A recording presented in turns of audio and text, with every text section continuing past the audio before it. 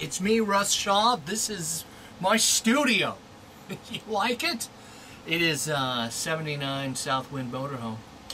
Picked it up on Craigslist. I think it was like $2,100, something like that. Might have been $25. I don't know. But yeah, we got it cheap. I like it. It works. It runs.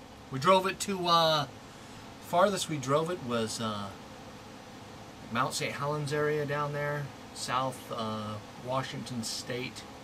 We didn't go that far east, but we stayed kind of close to there. Resort, Thousand Trails place. So this is where the magic happens when I'm in studio. When I'm not, I'm in the van and I do the show there. Just wanted to let you see where the magic happens. Here's a scene from episode 115. We are creatures, we're like slaves, okay? We really are, and you will be in submission. You will be obedience to something. And what will that be? What will you be obedient to? Who are you going to be is the big idea, the big question that I'm trying to release in you. This new person, this new you, the purpose, who you are. What are you going to become today, right? Don't just look at the rest of your life and I've got to do all this and get everything under control and get all these things in order. Today? Who are you going to be today? Because you will be in submission to a master and you will draw accounts from a certain identity. What does it mean to be the new you? Do you realize that God loves you? That He has a purpose for you? That you're loved? You're in a new family. You're His child. You're His kid. And He loves you and He's not given up on you. He'll never leave you or forsake you. And He wants you to be obedient so you can be free. That's the truth.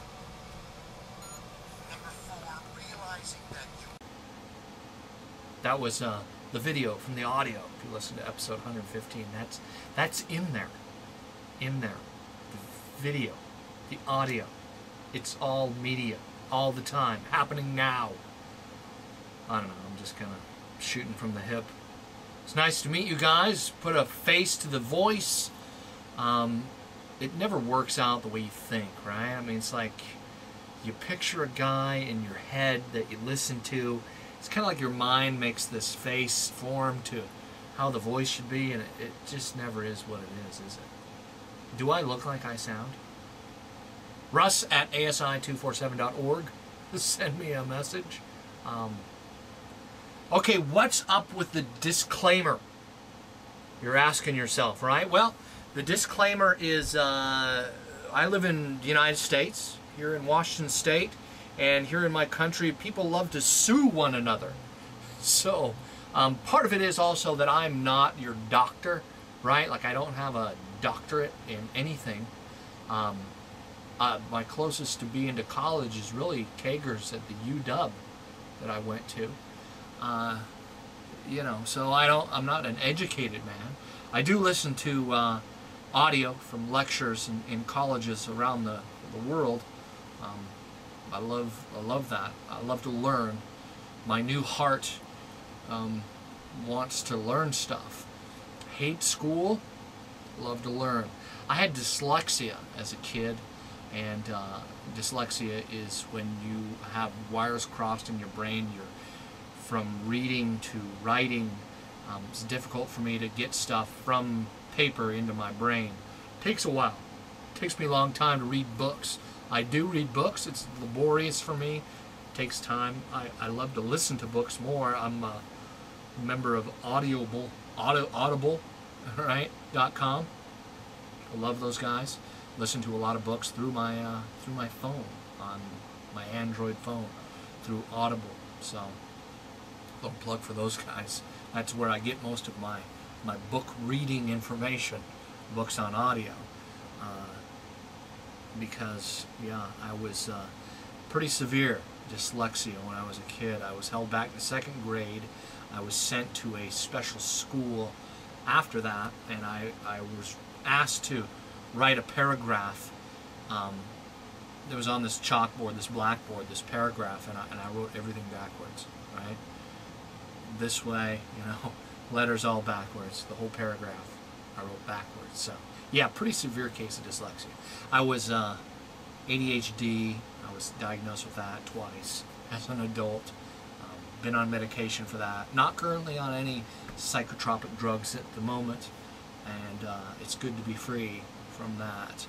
Not that those things are bad. Some people need those. Consult your physician. I do think they're overprescribed, but you would have to talk to your doctor about that if you're on that kind of medication. I just didn't feel me. I wasn't me. I felt numb. I felt high. Former drug addict. I've been on amphetamines. Smoked a lot of pot, took mushrooms and acid. I mean, there's not a lot of drugs I haven't done. In my younger days, when I was a drug addict. So, yeah, I know what it feels like to be high.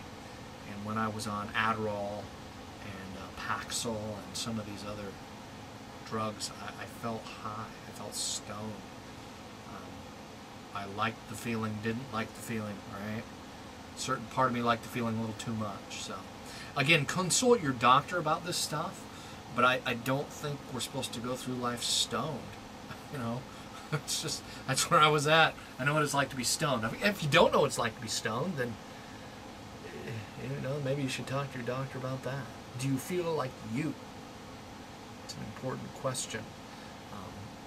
I've listened to some lectures on people talking about serotonin inhibitors. Alcohol is a serotonin inhibitor. Wine, right? Red wine. We medicate ourselves in more ways than one. We live in a capitalist... in the United States here, we're in a very capitalist country. They put... I guess we're the only country that does this. But we have drugs on primetime TV. You know, they'll show an ad for a drug, psychotropic drug dealing with depression or anxiety on our primetime television. And, man, we love to suck that up. Makes a lot of money. Functional savior, right? Take a pill, save me from myself. So, that's kind of where I'm at with medication. Again, I do believe that people need that. Some people really do need that. But it's not most of us. I would even venture to say it's not most of us who are on the medication.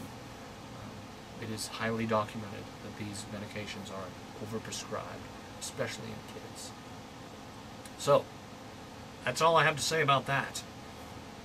Later.